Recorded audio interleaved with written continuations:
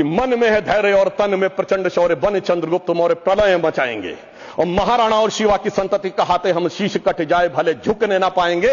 और बार बार छेड़िए ना भारत स्वाभिमान को, अन्यथा बाद में बहुत पछताएंगे। सौगंध मां भवानी की उठेगी ललकार, जब आपके घरों पे चील कौवे मंडराएंगे। नमस्कार बंधुरा, আমার নাম ধ্রুবজ্যোতি সরকার। চাই না কারোর মধ্যস্থতা, ফেরাতে হবে পাক অধিকৃত কাশ্মীর। মার্কিন ভাইস প্রেসিডেন্ট জে.ভি. ভান্সকে স্পষ্ট বার্তা মোদির। ভারত পাকিস্তান সংঘাত ইস্যুতে মার্কিন ভাইস প্রেসিডেন্টের সঙ্গে শনিবার কথা হয় প্রধানমন্ত্রী মোদির। সেখানে তার দাবি, কাশ্মীর নিয়ে আমাদের অবস্থান একেবারে স্পষ্ট।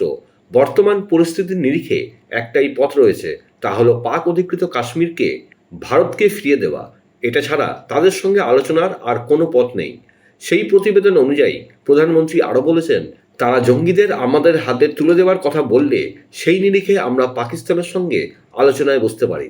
এটা ছাড়া আমাদের আর কোনো বক্তব্য নেই। আর এই ইস্যুতে কোনো মধ্যস্থতাকারীরও প্রয়োজন রয়েছে বলে আমরা মনে করি না। পাক অধিকৃত কাশ্মীর ভারতকে ফেরানো হলেই আলোচনা হতে পারে, আর এই ইস্যুতে কারোর কোনো মধ্যস্থতার প্রয়োজন নেই। জে.ভি. ভান্সকে মোদি স্পষ্ট জানিয়েছেন, पाकिस्तान यदि किछु करार चेष्टा करे प्रत्याघात आरो भयंकर हबे। मैं कहना चाहता हूं, जिन भारत विरोधी और आतंकी संगठनों ने भारत माता के मस्तक पर हमला करके कई परिवारों के सिंदूर मिटाए थे, उन्हें भारतीय सेना ने ऑपरेशन सिंदूर के माध्यम से इंसाफ दिलाने का काम किया है। और इसके लिए आज सारा देश भारतीय सेनाओं का अभिनंदन कर रहा है। ऑपरेशन सिंदूर सिर्फ एक सैन्य कार्रवाई भर नहीं है, बल्कि भारत की राजनैतिक, सामाजिक और सामरिक इच्छा शक्ति का प्रतीक है। यह ऑपरेशन आतंकवाद के खिलाफ भारत की दृढ़ इच्छा शक्ति का और सैन्य शक्ति की क्षमता और संकल्प शक्ति का भी प्रदर्शन है। हमने दिखाया है, भारत आतंकवाद के खिलाफ जब भी कोई कार्रवाई करेगा तो आतंकवादियों और उनके आकाओं के लिए सरहद पार की जमीन भी सुरक्षित नहीं रहेगी। भारतीय सेनाओं ने ऑपरेशन सिंदूर को पाकिस्तान में मौजूद आतंकी ढांचा ढहाने के उद्देश्य से लॉन्च किया था।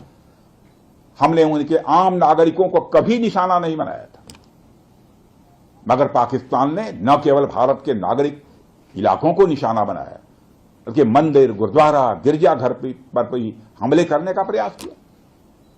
भारतीय सेना ने शौर्य और पराक्रम के साथ साथ संयम का भी परिचय देते हुए पाकिस्तान के अन्य ठिकानों पर भी प्रहार करके करारा जवाब दिया है।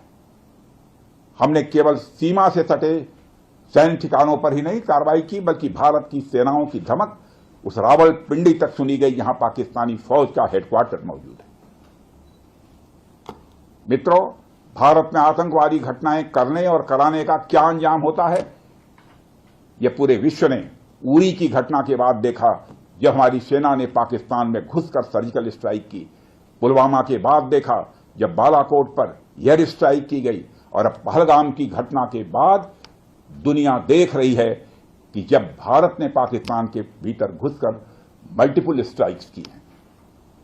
आतंकवाद के खिलाफ जीरो टॉलरेंस की नीति पर चलते हुए हमारे यशस्वी प्रधानमंत्री नरेंद्र मोदी ने स्पष्ट कर दिया है कि यह नया भारत है जो आतंक के खिलाफ सरहद के इस पार और उस पार दोनों तरफ प्रभावी कार्रवाई करेगा। यह हमारे प्रधानमंत्री जी ने स्पष्ट रूप से यह संदेश दे दिया।